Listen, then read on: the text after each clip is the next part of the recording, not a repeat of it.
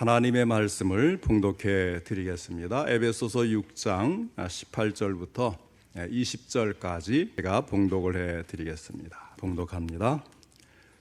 모든 기도와 간구를 하되 항상 성령 안에서 기도하고 이를 위하여 깨어 구하기를 항상 힘쓰며 여러 성도를 위하여 구하라. 또 나를 위하여 구할 것은 내게 말씀을 주사 나로 입을 열어 복음의 비밀을 담대히 알리게 하옵소서 할 것이니 이를 위하여 내가 쇠사슬에 매인 사신이 된 것은 나로 이 일에 당연히 할 말을 담대히 하게 하려 하심이라. 아멘. 오늘은 기도하는 교회라는 제목으로 함께 말씀을 듣겠습니다. 오늘도 하나님께서 예배드리는 우리 성도님들을 만나주시고 생명의 말씀을 통해서 풍성한 은혜를 내려주시기를 축원합니다. 먼저 하나님께 기도드리겠습니다. 사랑과 은혜가 풍성하신 하나님 아버지, 오늘도 저희들을 사랑하셔서 주님 전으로 이끄시고 함께 예배드리는 것을 받아주시며 또 귀한 말씀 주시니 감사를 드립니다. 이 말씀을 통해 저희들에게 하시고자 하는 하나님의 음성이 들려줄 수 있도록 전할 때도 들을 때도 성령님 함께 하시고 도와주옵소서. 깨닫고 실천할 수 있는 믿음도 더해 주시옵소서. 예수님의 이름으로 기도하옵나이다. 아멘. 저의 누님이 선교사님이십니다. 처음에는 도미니카에 가셔서 교회 4군데를 개척하여서 설립을 하셨고, 그 다음에는 이제 하나님께서 중국으로 보내셔서 그곳에서 일꾼들을 세워서 가정에서 제자 훈련을 시키고 또 가정교회를 세우는 일을 하셨습니다. 그러다가 이제 중국에 시진핑이 집권하고 선교사님들을 추방할 때에 저의 누님도 결국은 추방을 당해서 지금은 대만에서 대만교회를 돕는 일을 하고 계세요. 자, 그분이 중국에 선교하실 때에 가끔 한국에 와서 공항에 내리자마자 하시는 말씀이 있습니다. 아유, 이제 숨을 좀 쉴 것 같다. 무슨 이야기인가 하면 중국에 있을 때는 영적인 압박이 너무나 심하여서 바짝 긴장하고 있다가 또 억압하는 게 많고 쉽게 예수라는 이름도 못 내고 함부로 찬양도 못하고 그런 영적인 그런 그 압박을 이제 받다가 한국에 와서 공항에서 비행기에서 내리는 순간에 영적으로 자유로운 그런 분위기를 느끼면서 고백을 하는 거예요. 예수를 믿고 성령으로 거듭난 사람들은 이처럼 영적인 것을 느끼고 알 수가 있습니다. 그러면 지금 우리 대한민국은 어떨까요? 정말로 영적으로 그렇게 자유롭고 충만한 사회가 되고 있느냐는 거예요. 지금 우리 한국교회는 사실 큰 위협과 위기를 맞이하고 있다고 해도 과언이 아닐 것입니다. 정치에서는 포괄적인 차별금지법이라든지 동성애법을 만들려는 시도를 하고 있고, 이것이 통과되면 우리가 성경대로 이 잘못된 것을 잘못됐다고 말할 수 없는 그런 사회로 변해버리기 때문에 우리가 참 말씀을 전하고 신앙생활하고 전도하는 일에 굉장히 많은 지장을 가져오거든요. 또 이단들도 얼마나 지독합니까? 그런 이단들이 지금 기승을 부리는, 또 그것도 정치와 연결이 되어서 보호도 받고 힘을 얻는 그런 시대를 우리가 보고 있는 거예요. 반교회적인 세력의 도전도 문제가 있습니다. 그런데 사실 더 큰 문제가 있습니다. 무엇이냐면 무신론적인 가치관이 지금 더 넓게 퍼지고 있다는 거예요. 우상을 섬기던 이 나라에 복음이 전파되고 예수님을 믿고 교회가 부흥하던 시기에서 이제는 다시 거꾸로 역주행을 해서 무신론적인 가치관이 넓게 퍼지고 있는데, 은근히 교회도 또 특히 젊은 청년들이 영향을 많이 받아요. 근데 그보다 더 큰 문제가 뭐냐면 하나님과 교회에 대한 무관심이 확산하고 있다는 것입니다. 제일 무서운 게 무관심이거든요. 사랑의 반대말은 증오가 아니고 무엇이라고 합니까? 무관심이라고 하는 거예요. 신앙적인 면에서도 영적인 면에서도 사실은 무관심처럼 무서운 것은 없는 것입니다. 이런 일들이 벌어지고 있는데도 한국교회는 아무 일도 없다는 듯이 방관을 하고 오히려 세상 정치에 휩쓸리면서 분열하는 양상까지 보이고 있습니다. 이것이 이 시대 우리 한국교회가 처한 현실인 것입니다. 이때에 우리 교회들이 무엇을 해야 하겠습니까? 보이지 않는 영적인 존재가 다양한 방법으로 교회와 성도들을 향해서 도전을 하고 넘어뜨리는 이때에 우리 성도들은 어떻게 해야 되겠느냐 하는 것입니다.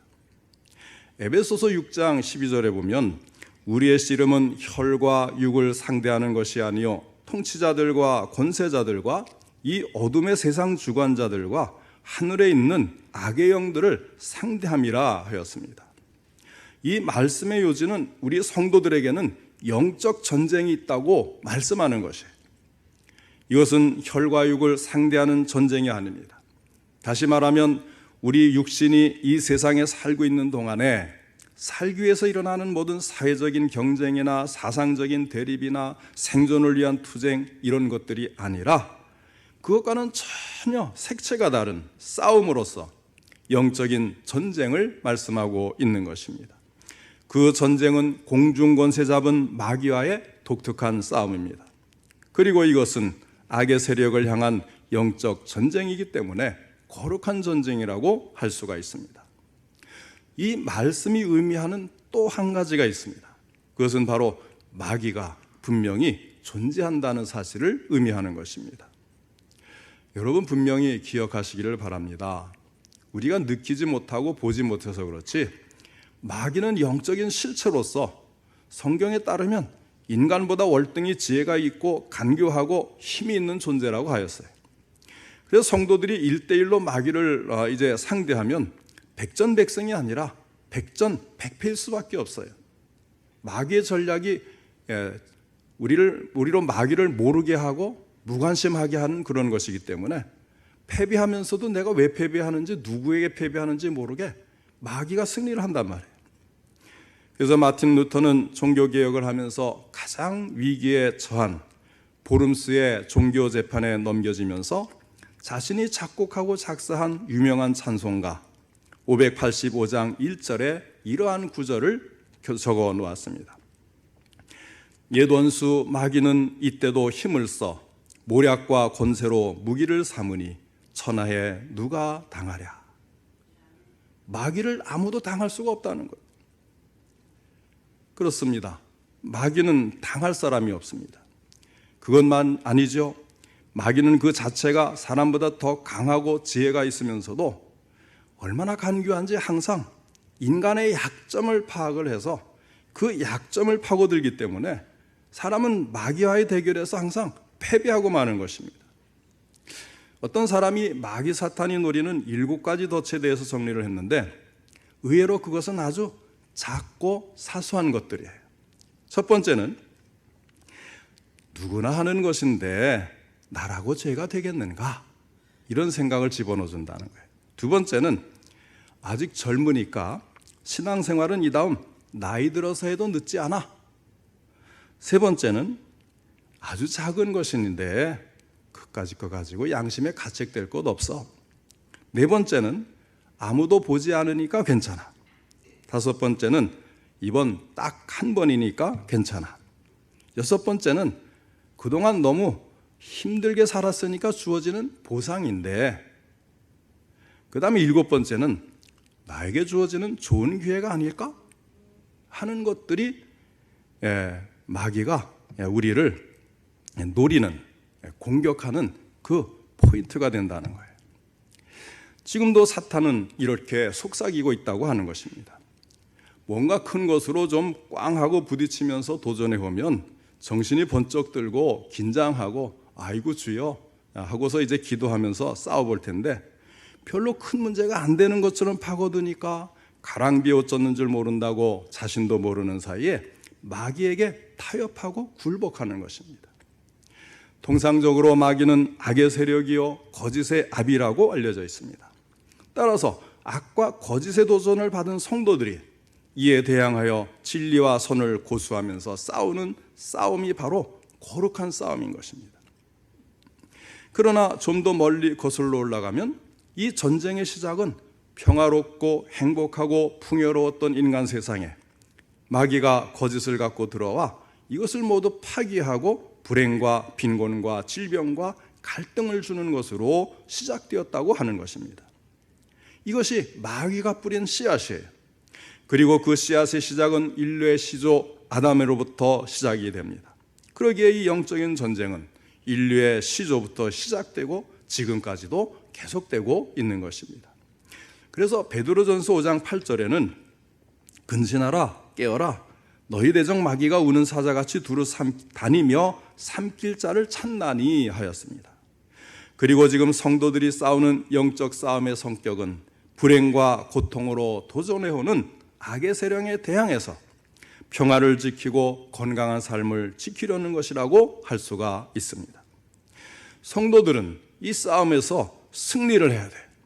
왜냐하면 싸움이라는 것은 언제나 생사의 문제가 걸려있는 것이기 때문입니다. 육신의 전쟁이 육신적으로 죽느냐 사느냐의 문제가 걸려있는 것처럼 영적인 전쟁은 영적으로 사느냐 죽느냐의 문제가 걸려 있습니다. 이 싸움에서 패하면 영적으로 불행해지고 마는 것입니다. 그러면 이와 같은 영적 싸움에서 승리를 하려면 어떻게 해야 할까요? 그러려면 먼저 이 전쟁의 성격을 알아야 합니다. 그 중에 하나가 바로 이 전쟁의 승패는 이미 오래전에 결판이 나 있었다는 사실이에요. 그리고 이 승리는 나 자신의 승리로 승리한 것이 아니라 우리 주 예수 그리스도께서 십자가와 부활을 통해서 승리해 놓은 것이고 우리 성도들은 그 승리를 힘입어서 승리하는 것입니다. 그래서 우리 그리스도인들은 이미 승패가 결정된 전쟁을 치르고 있는 것이에요. 그러면 이미 승리한 이 전쟁에서 우리가 치르고 있는 전쟁의 성격은 어떤 것일까요? 에베소서 6장 11절에는 마귀의 관계를 능히 대적하기 위하여 라는 말씀이 있습니다. 대적한다는 것은 우리가 우리의 능력으로 도전해오는 악의 세력을 이기고 승리한다는 뜻이 아니라는 것을 다시 한번 기억하시기를 바랍니다. 이미 그리스도께서 이기고 승리한 승리를 계속 유지한다는 의미가 이 대적한다는 말 속에 강하게 들어있어요. 그래서 이 대적한다는 말의 원어는 내 땅을 지키라 이 뜻을 가지고 있는 단어를 사용합니다. 다시 말하면 그리스도께서 승리한 그 승리의 영역을 지키는 것으로 만족하면 된다는 거예요. 왜? 이미 완전히 이기셨기 때문에. 우리는 대적하여서 예수 그리스도께서 이겨놓으신 승리를 내 것으로 만들고 그것을 유지하고 지키면 이 승리는 보장이 되는 거예요. 이렇게 그 승리의 영역을 지키는 방법은 무엇일까요? 그것이 바로 하나님의 전신갑주를 입는 것입니다. 에베소 6장 13절 이하에 전신갑주의 내용이 들어있어요. 그래서 거기에 믿음도 나오고 또 말씀도 나오고 여러 가지 이 구원의 투구라든지 신발이라든지 띠 이런 것들이 나오지 않아요? 그리고 나서 마지막으로 나오는 것이 무엇이냐면 오늘 읽은 6장 18절의 말씀이에요. 모든 기도와 간구를 하되 항상 성령 안에서 기도하고 이를 위하여 깨어 구하기를 항상 힘쓰며 하였습니다. 여러분 여기서 이 전신갑주의 이야기가 나오고 마지막에 기도가 나오잖아요. 전신갑주의 그 각종 무기 내용에 기도가 들어가는 것이 아니고 그 갑주 자체가 아니고 갑주를 입고 싸움을 싸울 때 이것을 효과적으로 사용하기 위해서 힘을 얻는 방법으로 지금 기도를 강조하는 거예요. 전신갑주를 다 입었어요. 말씀 또 복음을 전하고 믿음으로 하고 가서 흉배를 이제 맞고 자 이것을 입고 나가서 싸울 때에 효과적으로 사용해서 마귀 사탄을 이기기 위한 그런 힘을 얻는 방법이 바로 기도하는 것이라는 겁니다. 기도 외에는 우리가 영적인 전쟁에서 승리할 수 있는 방법이 없다는 거예요. 성경에 이 기도의 허리띠를 졸라매고 잘 사용해서 승리한 분이 계십니다. 누구입니까? 바로 우리 주님이신 예수님이십니다. 주님께서는 우리에게 몸소 기도의 본을 보여주셨습니다. 30년 동안의 준비 기간을 지나서 공생애에 나서기 직전에 광야에서 40일 금식하며 기도하셨습니다. 빈들에서 오병이어로 기적을 나타내실 때에 하늘을 우러러 축사하시고 하나님께서 이 무리를 불쌍히 여겨 먹여 달라고 하는 기도를 하셨습니다. 죽은 나사로를 살리신 후에 아버지여 내 말을 들으신 것을 감사나이다 하면서 일이 이루어진 후에도 하나님께 감사 기도를 하셨어요. 십자가를 목전에 놓고 겟세마네 동산에서 무릎을 꿇고 기도하심으로 우리에게 철야 기도의 본을 보여주셨습니다. 십자가 위에서 마지막 운명을 하시면서 아버지 내 영혼을 아버지 손에 부탁하나이다 하고 최후 순간까지도 기도하셨던 분이 바로 우리 예수님이십니다. 본문 에베소 6장 18절에 모든 일을 기도와 간구로 하라. 항상 성령 안에서 기도하라. 깨어 구하기를 항상 힘쓰라고 한 그대로 먼저 행하신 분이 바로 예수님이십니다. 예수님께서 마지막 십자가 사명을 감당하기 위해서 겟세마네 동산에서 기도하실 때에 주님은 이마에서 떨어지는 땀방울이 핏방울 되기까지 기도하셨다고 성경은 말씀하고 있습니다. 그때 누가복음 22장 43절에 말씀하기를 천사가 하늘로부터 예수께 나타나 힘을 더하더라 이렇게 기록되어 있습니다. 기도야말로 하나님 아버지의 사랑과 능력과 축복을 끌어내는 방법인 줄로 깨달으시고 예수님처럼 항상 기도로서 마귀를 대적하고 승리하시기를 바랍니다. 그러므로 우리는 기도하는 일에 항상 마음을 쏟아야 하고 힘을 기울여야 하겠습니다. 하나님께 부르짖는 경건한 절규는 결코 무용한 일이 될 수가 없습니다. 기도 생활이 없이는 받은 은혜를 간직하며 주님의 뜻대로 살아갈 수가 없는 것입니다. 은혜를 받은 자는 받은 은혜를 쏟지 않기 위해서 더욱 기도해야겠고 은혜를 받지 못한 자는 은혜의 바다에 들어가기 위해 더더욱 기도에 힘써야 하겠습니다. 그러면 어떻게 효과적으로 기도할 수 있을까 하는 그 방법을 말씀을 드리겠습니다. 가장 중요한 것은 내가 직접 기도하는 것입니다. 보통은 이제 기도에 대해서 배우고 싶어 하기도 하고 또 다른 사람에게 기도를 요청하기도 하지요. 물론 중요한 것입니다. 기도를 배우면 배울수록 기도할 수 있는 마음이 일어나고 또 어떻게 기도할 것인가를 잘 알아서 더 많이 기도할 수가 있어요. 그리고 다른 사람에게 기도 요청하는 것은 다 같이 또 옆에서 기도를 함으로 해서 하나님께서 더 힘을 주시고 또 하나님께서 더 하늘의 보좌를 움직여서 도와주는 능력이 있습니다. 그럼에도 불구하고 진정한 기도는 결국 내 자신이 하는 것이어야 합니다. 그래서 기도에 대한 책을 쓴 E.M. 바운즈라는 분은 기도의 가장 좋은 훈련은 지식적으로 아는 것보다는 무엇보다도 직접 기도하는 것이다 하였습니다. 또 진정으로 효과적이고도 간절한 기도는 내가 나를 위해 기도하는 것이다 이렇게도 말하였습니다. 또 다른 어떤 사람은 이렇게 말을 합니다. 노동은 풍성한 수확을 보장하지만 기도는 천상의 풍성한 축복을 거두어 드리는 것이다 하였습니다. 그러므로 사랑하는 성도 여러분, 여러분 스스로 기도의 문을 열 수 있기를 바랍니다. 그래서 하나님의 능력을 받아서 죄를 이기고 공중권세 잡은 자 마귀를 이기면서 승리하는 우리 성도님들 다 되시기를 축원합니다.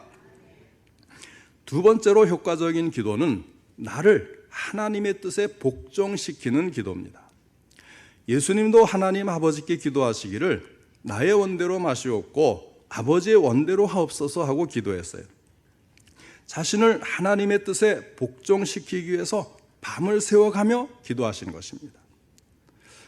우리 성도님들은 어떻게 기도하십니까? 혹시 나의 뜻이 기도하는 것이 기도에 성공한 것이라고 생각하지는 않습니까? 그리고 내가 원하는 것이 이루어졌을 때에만 응답을 받았다고 간증을 하는 그런 것은 아니냐 하는 것입니다. 그래서 제가 경험하기로도요, 가장 좋은 기도, 가장 능력이 있고 가장 복을 받는 기도는 아버지 원대로 하시옵소서. 때로는 그런 경우가 있어요. 어떻게 해야 되는 것이 참 좋을까?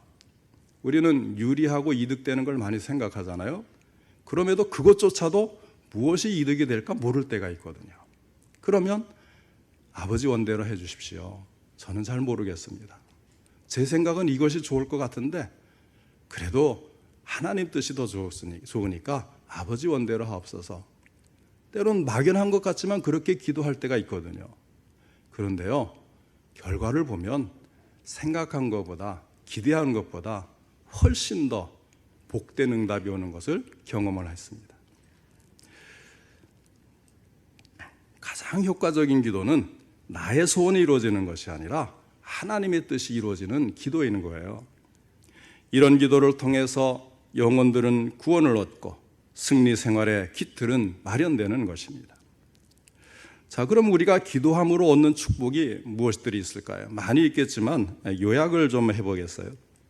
지난번에도 말씀을 드렸습니다만 첫째는 용기를 얻는 겁니다.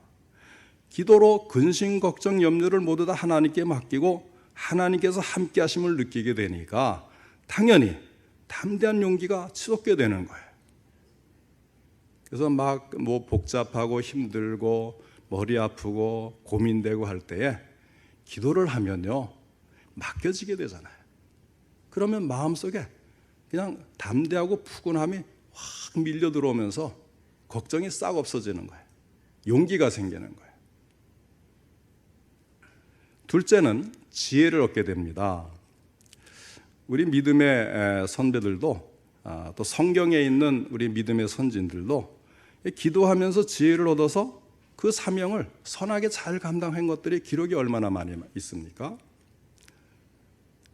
우리도 마찬가지잖아요. 뭔가를 해야 되겠는데 참 막막하고 어떻게 해야 될지를 모르는 그러한 경우에 하나님께 지혜를 구하면요, 기도하는 중에 어떻게 해야 될까? 막 계획이 떠오르고요, 막 그림이 그려지고, 그러면 그동안 막혀서 못했던 것들을 그 기도한 이후에 한순간에 해버리는 경우도 있어요.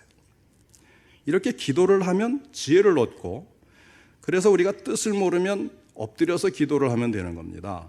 여호와는 모략과 지혜의 신이라고 되어 있죠. 야고보서 1장에 뭐라고 말씀합니까? 너희 중에 누구든지 지혜가 부족하거든 모든 사람에게 후히 주시고 꾸짖지 아니하시는 하나님께 구하라. 그리하면 주시리라. 할렐루야. 그 다음에 세 번째는 능력을 받는 거예요. 우리가 사명을 감당할 수 있는 그 능력을 하나님이 주시는 겁니다. 분명히 나는 할 수 없는데, 내가 할 수 있는 것이 아닌데, 지나고 나면 하나님께서 어떻게 힘을 주시고 능력을 주셨는지 참 신기하구나. 이런 고백을 할 때가 참 많거든요. 자, 사명은 힘이 있어야 감당하는데 그 힘은 어디서 옵니까? 여호와를 앙모하는 자는, 여호와를 앙망하는 자는 새 힘을 얻는다고 했습니다. 그러면 여호와를 앙모하고 여호와를 앙망한다는 그 뜻이 무엇이겠어요? 그것은 하나님의 얼굴을 찾는다는 뜻이에요. 하나님께 간구하면서 하나님만 바라본다는 뜻입니다. 은혜와 능력은 어떤 사람이 받는가 하면 능력 덧입기를 원해서 무릎을 꿇고 하나님의 얼굴을 바라보는 사람, 그런 사람이 하나님의 능력을 덧입게 되는 것입니다. 엘리야와 엘리사는 능력의 선지자였습니다. 그들이 주님께 기도하고 간구할 때 기적이 일어났습니다. 베드로와 바울도 그렇죠. 베드로는 그가 지나갈 때 그림자만 덮여도 능력이 나타나서 기적이 일어났어요. 어떻게 그런 힘을 얻었습니까? 예수님은 제자들에게 그런 말씀을 하신 적이 있습니다. 나를 믿는 자는 내가 하는 일을 그도 할 것이요 또한 그보다 큰 일도 하리니. 예수님이 참 세계 전도를 하신 건 아니잖아요. 12제자를 키우셨잖아요. 그런데 제자들은 어떻습니까? 로마를 정복하고 세계 전도를 이루었잖아요. 예수님 말씀대로 그보다 큰 일도 하리니 그대로 이루어지지 않았습니까? 그 주님의 약속을 믿고 기도함으로 마침내 그런 능력을 받게 되는 거예요. 바울도 그의 손수건이나 아치마만 갖다 대어도 병든 사람이 나았다고 했습니다. 바울은 회심하고 아라비아 사막에 가서 3년씩이나 기도하면서 성경 말씀과 예수님이 정말 그러한가 확인해 가면서 믿음을 더하고 은혜를 받고 능력을 받고 그 이후로도 기도하면서 모든 능력을 받아서 바울은 세계 선교를 이루게 되는 것입니다. 사랑하는 성도 여러분, 능력이 필요하십니까? 믿고 하나님께 기도해서 능력 받으시고 사명 감당하시기를 바랍니다. 또 응답을 받는 것, 그것이 기도의 축복 아니겠습니까? 기도에는 줄이 있다 그러죠. 그래서 우리 선배 교인들은 항상 그런 말을 했어요. 뭐 권사님들이나 이전에 장로님들, 기도의 줄을 잡아야 돼. 기도의 줄. 근데 기도의 줄 하니까 우리가 하나만 생각하잖아요. 근데 기도의 줄에는 두 개가 있다는 거예요. 상달되는 줄이 있고 내려오는 응답의 줄이 있는 것입니다. 우리가 이 두레박을 이렇게 하면 끌어내리면 저쪽에서 올라오고 또 풀면 내려가잖아요. 이게 올라가는 줄이 있고 내려가는 줄이 있어서 우리가 이 하나님께 줄을 잡고 기도를 올려야 되고 또 줄을 통해서 하나님께서 응답하시는 것을 우리는 받아야 되는 것입니다. 그리고 성경은 성도들의 기도를 무엇으로 비유하냐면 금향로에 담겨져 있는 향의 연기. 그러니까 우리가 기도를 하면요, 우리는 보이지 않지만 하나님께서 이 천사들을 보내셔서 금 항아리에 우리의 기도를 아주 향이 나는 그런 연기와 같이 이 향을 금 향로에 받아가지고 그렇게 하나님께 올리면 하나님이 흠향을 하시면서 정말 그 아름답게 그 향을 받으시는 이런 것으로 성경은 비유를 해서 알려주지 않습니까? 이렇게 해서 기도가 상달이 되면 그 응답의 은총이 성도들에게 내려 임하는 것입니다. 고넬료는 기도하는 중에 응답을 받아 베드로의 가르침을 받을 수가 있었습니다. 엘리야는 바알 선지자 450명과 대항했을 때 단을 쌓고 기도하여 응답을 받고 승리했습니다. 또 머리를 무릎 사이에 넣고 손을 맞잡고 기도했을 때에 3년 6개월이나 가물었던 땅에 비가 내렸습니다. 그래서 야고보서 5장 17절로 18절에 뭐라고 말씀하냐면 엘리야는 우리와 성정이 같은 사람이로되 그가 비가 오지 않기를 간절히 기도한즉 3년 6개월 동안 땅에 비가 오지 아니하고 다시 기도하니 하늘이 비를 주고 땅이 열매를 맺었느니라. 그래서 뒤에 있는 말씀에 기도하니까 비가 오지 않고 기도하니까 다시 비를 주고 열매를 맺었다. 엄청난 기적인데요. 그보다 더 위로되는 것이 앞에 나오는 말씀이더라고요. 항상 이 말씀을 읽을 때에 제일 먼저 눈에 띄는 것이 엘리야는 우리와 성정이 같은 사람이로되. 그러니까 엘리야 스스로는 아무것도 할 수 없다는 거예요. 우리가 걱정을 할 때도 있잖아요. 기도하면 응답해 주실까? 이렇게 하면 될까? 이런 걱정을 하는 것처럼 엘리야도 그런 인간이라는 겁니다. 그런데도 그가 믿음으로 기도하니까 하나님이 이렇게 엄청난 기적을 일으켜 주셨다는 것을 야고보는 증거를 하고 있는 것입니다. 사랑하는 성도 여러분, 지금은 교회가 깨어나 기도해야 될 때입니다. 교인 개개인이 깨어나지 않는다면 교회가 깨어날 수가 없습니다. 우리 교회가 깨어나지 않는다면 한국 교회도 깨어날 수가 없는 거예요. 우리 성도님들 모두가 다시 한번 깨어나고 일어나서 열심히 기도할 수 있기를 바랍니다. 저는 우리 청년들을 위해서 또 우리 성도님들 자녀들을 위해서 항상 새벽마다 기도를 할 때에 어떤 내용들이 들어가냐면요, 우리 그 자녀들이 또 우리 청년들이 하나님 의지하는 법을 배우고 믿음으로 기도해서 스스로 하나님의 복을 받을 수 있는 믿음의 사람들이 되게 해주십시오. 이렇게 기도를 해요. 우리 청년들을 위해서 제가 기도합니다. 그러니까 우리 청년들도 내가 기도하면 하나님이 들으신다는 것을 믿고 여러분이 스스로 하나님을 의지하는 법을 배워서 뭐 공부라든지 취업이라든지 또는 뭐 결혼 문제라든지 이후에 여러분이 세상에 나가서 부딪히는 모든 문제, 이제는 여러분이 믿음을 가지고 스스로 하나님을 의지해서 기도하고 응답을 받아서 승리하는 것을 체험해 나가시기를 바라요. 우리가 깨면 우리 교회가 깨어나고 우리 교회가 깨어나면 한국 교회도 깨어나서 기도하는 교회가 될 수 있음을 믿으시기 바랍니다. 그리고 우리 성도님들 각자 개인적으로도 기도를 통해 닫힌 문이 열리고 막힌 것이 뚫리고 어려운 일이 해결되는 큰 역사를 체험하시기를 바랍니다. 모든 일이 하나님께 기도함으로 응답받고 이루어질 수 있을 줄로 믿으시고 금년에 다시 한번 깨어 일어나셔서 꼭 새벽 기도에 여기 오면 좋지만 오지 못하더라도 가정에서라도 또는 직장에서라도 또는 차를 타고 다니면서라도 하나님께 기도를 하셔서 열심을 내셔서 개인마다 가정마다 기도 제목에 응답받는 복을 받으시기를 주님의 이름으로 축원합니다.